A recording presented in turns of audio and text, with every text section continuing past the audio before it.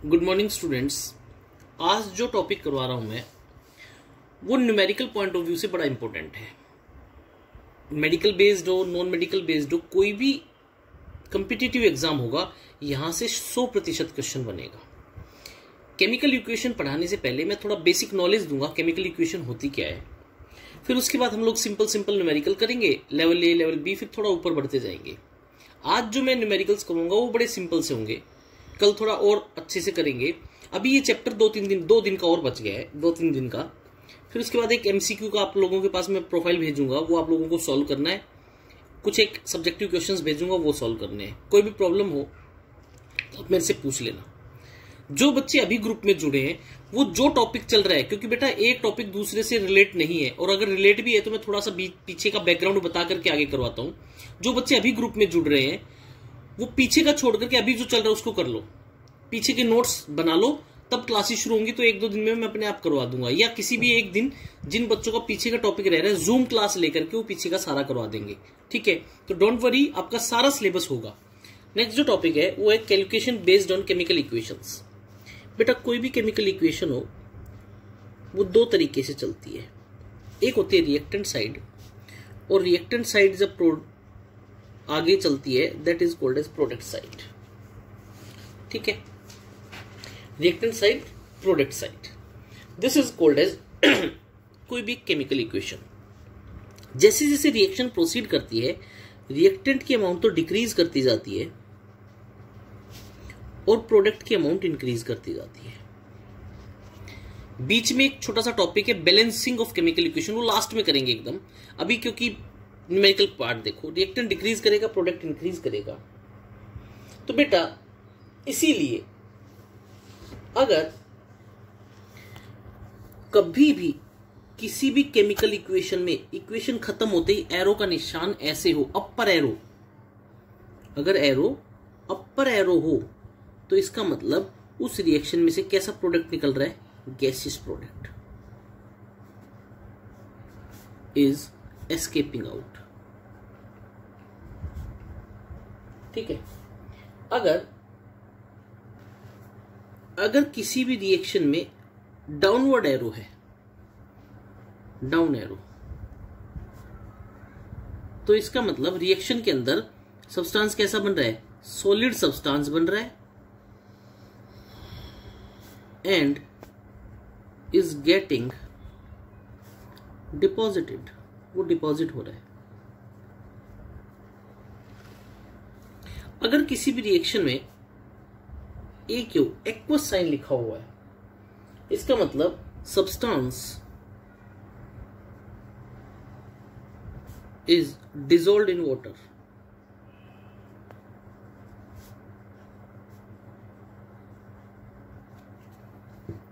ठीक है। और अगर किसी भी रिएक्शन के ऊपर इस तरह से डेल्टा का साइन है, डेल्टा, तो इसका मतलब इट रिप्रेजेंट्स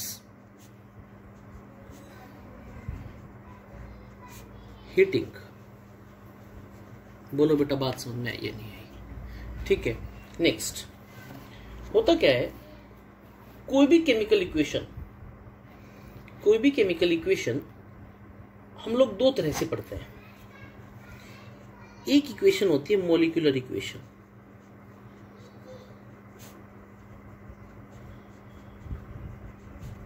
क्या होती है, मॉलिक्यूलर इक्वेशन। मॉलिक्यूलर इक्वेशन में रिएक्टेंट और प्रोडक्ट्स जो होते हैं वो मॉलिक्यूल की फॉर्म में रिप्रेजेंट किए जाते हैं। In these equations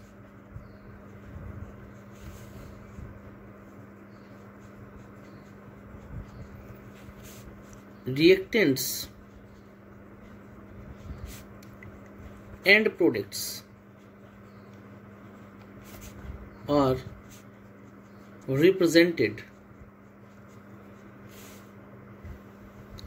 in form of molecules, ठीक है। जैसे मैं अगर कहता हूं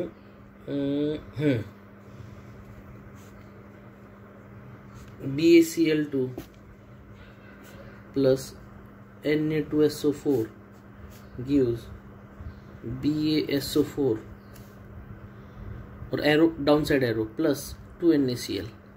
अब डाउन साइड एरो है इसके अंदर, तो इसका मतलब BaSO4 सॉलिड सब्सटेंस डिपॉजिट हो रहा है इक्वेशन के अंदर, ठीक है। These are called as molecular equations. दूसरी होती है आयनिक इक्वेशन।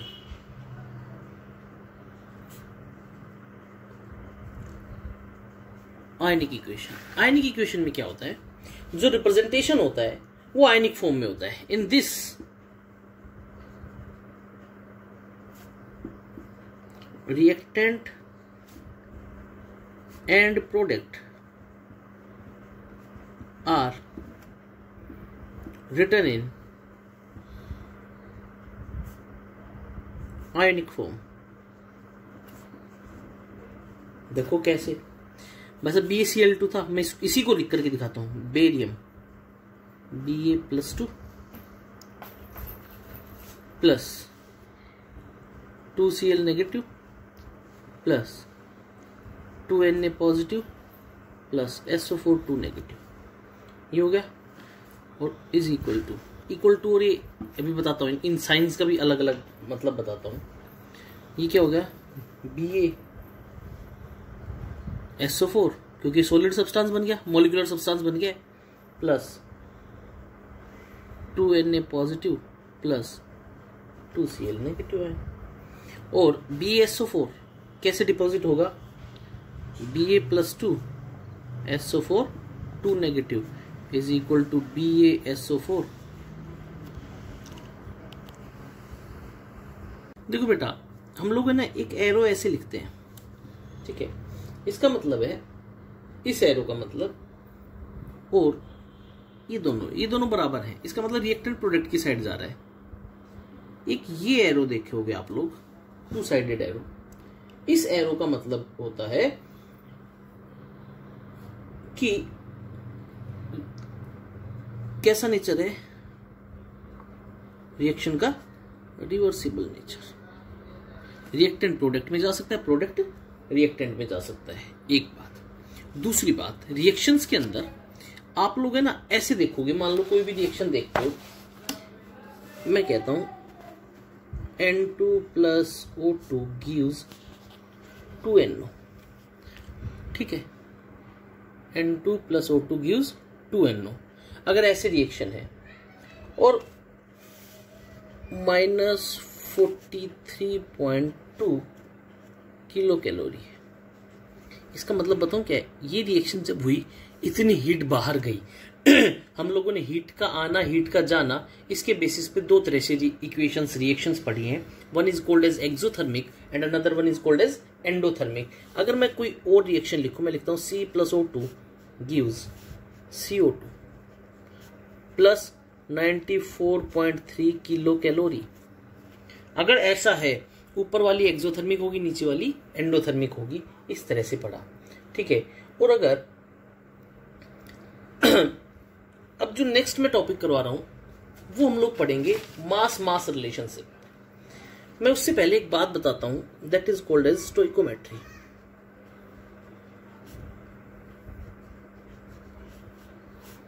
स्टोइकोमेट्री का मतलब क्या होता है, देखो, स्टोइकोमेट्री का सिंपल सा मतलब है कि अगर मैं कोई भी इक्वेशन लिखता हूं, उसके अंदर रिएक्टिंग मोल्स कितने हैं और प्रोडक्ट के मोल्स कितने बन रहे हैं, वो स्टोइकोमेट्री होती है। जैसे अगर N2+O2 gives 2NO, इसका मतलब 1 मोल N2 का 1 मोल O2 का रिएक्ट करने के बाद कितने मोल्स बन रहे हैं, 2NO। तो स्टोइकोमेट्री ये होती है। अब बेटा अगर मैं बात करूं, पहला मास रिलेशनशिप, देखो बहुत सिंपल सा अर्थ है, ध्यान से समझना है।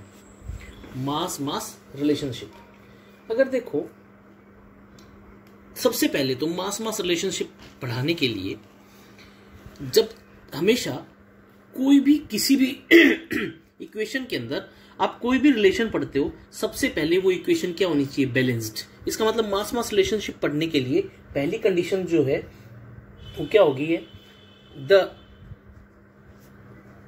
Equation must be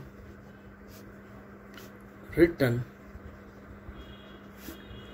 in balanced form.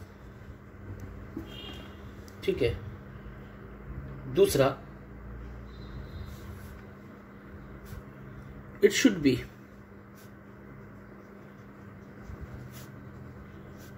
represented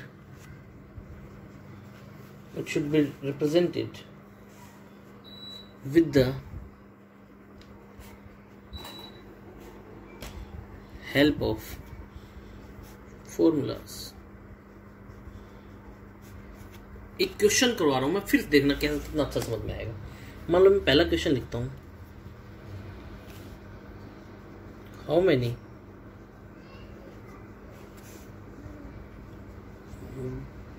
grams of oxygen are required to burn completely 570 gram of oxygen. लो जी, पहले तो इक्वेशन लिखनी सिखाता हूं। जब भी बेटा किसी भी इक्वेशन के अंदर बर्न देखो, कंबशन देखो, इसका मतलब गिवन सब्सटेंस की रिएक्शन किसके साथ हो रही है? ऑक्सीजन के साथ। और 570 ग्राम ऑफ ऑक्टेन, लो जी, पहली इक्वेशन लिखते हैं।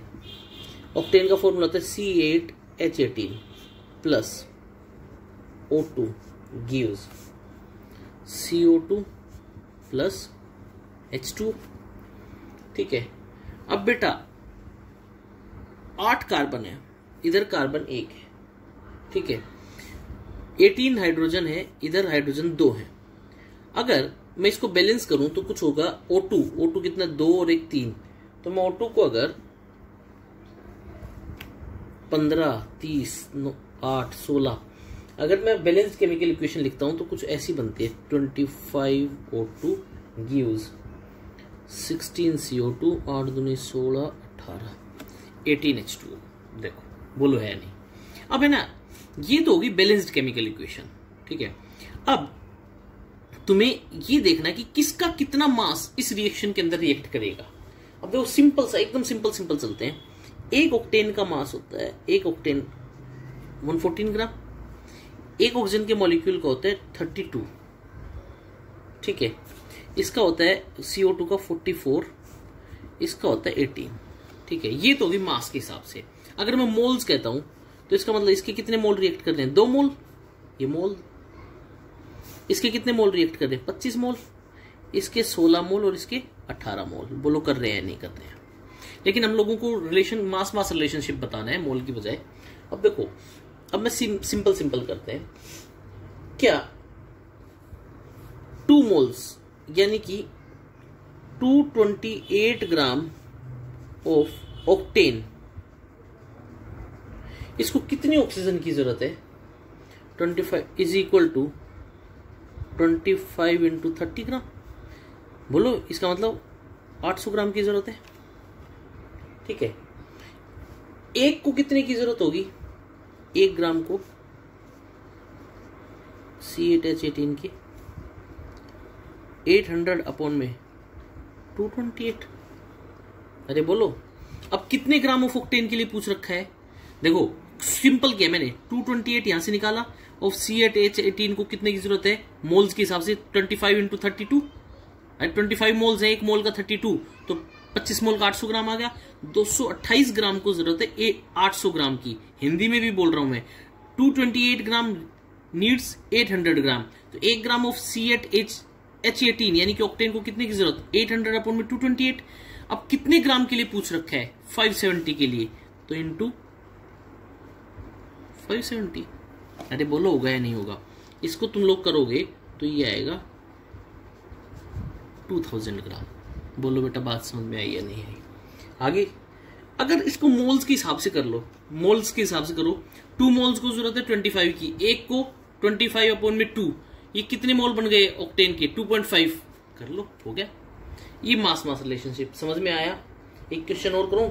लो, एक और करते हैं।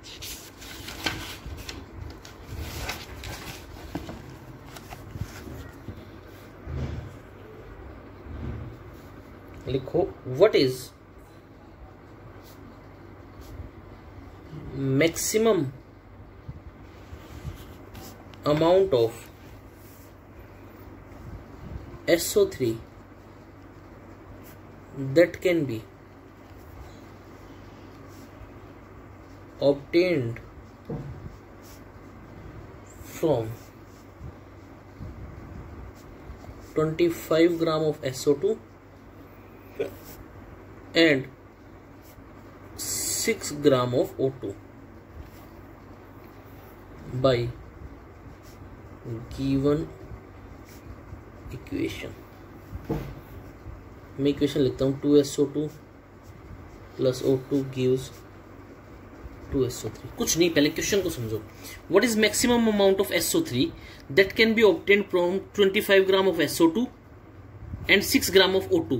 पहले तो इस इक्वेशन के हिसाब से देखो SO3 कितना बन रहा है, फिर 25 ग्राम ले लेंगे इसका, 6 ग्राम O2 ले लेंगे, फिर SO3 के अमाउंट निकाल लेंगे।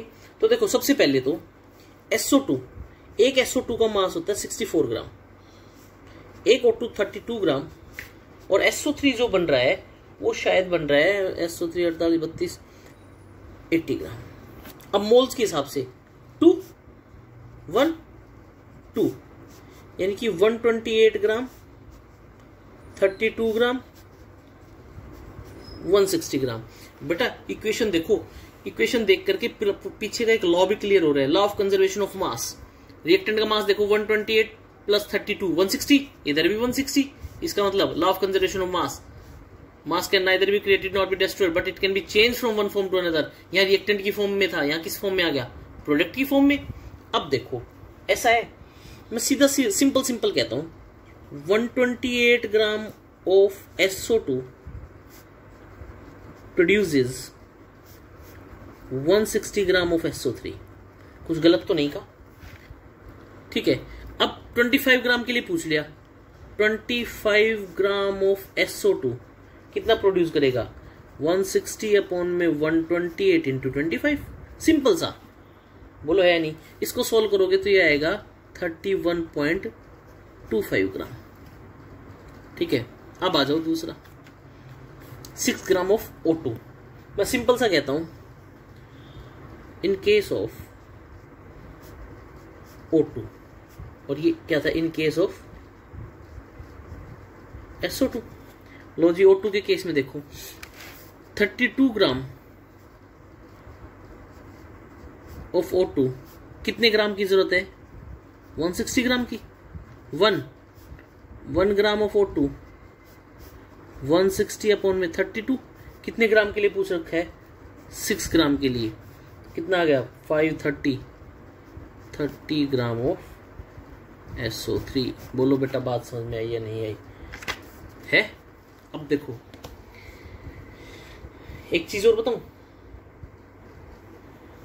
यहां पे O2 जब पूरी तरह कंबशन हो रहा है, O2 पूरी तरह कंबस्टेड हो गई है, यूज्ड हो गई है, कंजप्शन हो गई है, तो बेटा SO3 कितना बन रहा है 30 ग्राम। लेकिन O2 पूरी तरह कंज्यूम हो गया जब कितना ग्राम बना रहा है 30 ग्राम। लेकिन यहां पे 25 ग्राम ऑफ SO2 कितना बन रहा है 31.25 ग्राम। किसी भी रिएक्शन के अंदर जो पहले यूज हो जाए, यानी कि कोई भी रिएक्शन रिएक्टेंट से प्रोडक्ट की तरफ जा रही है और पहले जो कंज्यूम हो जाए, that particular reagent is called as limiting reagent. एक लास्ट डेफिनेशन करवा रहा हूं, that is called as limiting reagent. अब इसके ऊपर बेस दो न्यूमेरिकल भी दूंगा, दोनों करने हैं। Limiting reagent, it is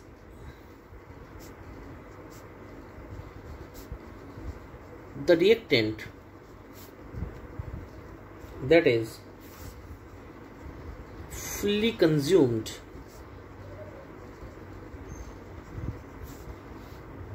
when a reaction goes on completion। ठीक है ना, ये है बेटा लिमिटिंग रिएजेंट। तो यहाँ पे लिमिटिंग रिएजेंट कौन हुआ, O2 पहले कंज्यूम हो गया। ठीक है, दो न्यूमेरिकल्स अभी भेज रहा हूँ, वो दोनों करने हैं। नेक्स्ट जो पढ़ेंगे that is called as yield. Yield का मतलब क्या होता है? किसी भी इक्वेशन के अंदर, कोई भी इक्वेशन हम लोग फर्दर प्रोसीड करें रिएक्टेंट से प्रोडक्ट की तरफ, तो बेटा कितनी अमाउंट बन रही है रिएक्टेंट की, कितनी अमाउंट बन रही है प्रोडक्ट की, और मुझे कितनी अमाउंट चाहिए, that is called as yield. ठीक है, जैसे तुम लोग जब लैब में चलोगे मेरे साथ, तो हम लोग पहला ही एक्सपेरिमेंट करेंगे, पोटाश एलम के क्रिस्टल्स बनाएंगे, क्रिस्टलाइजेशन प्रोसेस करेंगे। उसके बाद पोटाश एलम की कितनी अमाउंट बनती है क्रिस्टल्स की, that is called as yield. तो यील्ड हम लोग तीन तरह से पढ़ेंगे। First one is called as theoretical yield.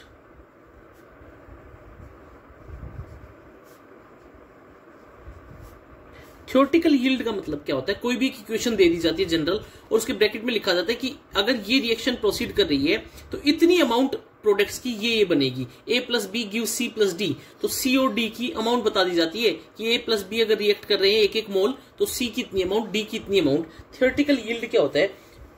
It is amount of product produced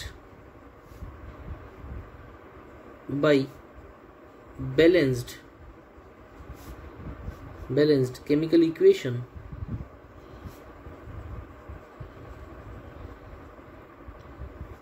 when whole limiting reagent has reacted। ठीक है, दूसरा पढ़ेंगे एक्चुअल यील्ड। एक बहुत अच्छी बात बताता हूं, वाइवा का क्वेश्चन बनता है प्रैक्टिकल के अंदर।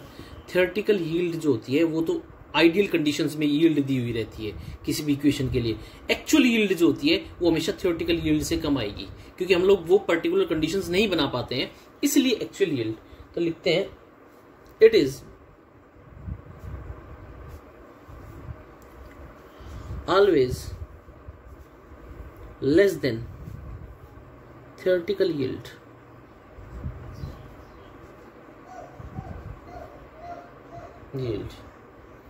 ठीक है, because due to inability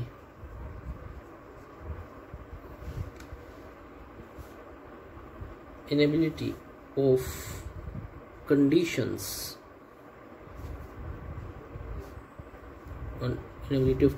of reactant and products। तीसरा जो पढ़ते हैं that is called as percentage yield।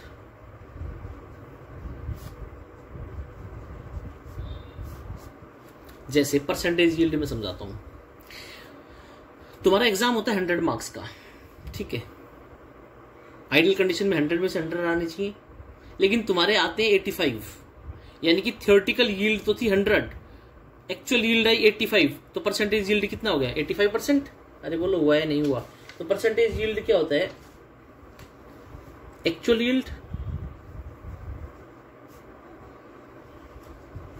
Upon theoretical yield into 100। बोलो बेटा बात समझ में आई है नहीं आई? ये था बेटा थ्योरेटिकल यील्ड, और ये सारा। अभी न्यूमेरिकल्स भेजूंगा मैं आप लोगों के पास, आपको परफॉर्म करना है।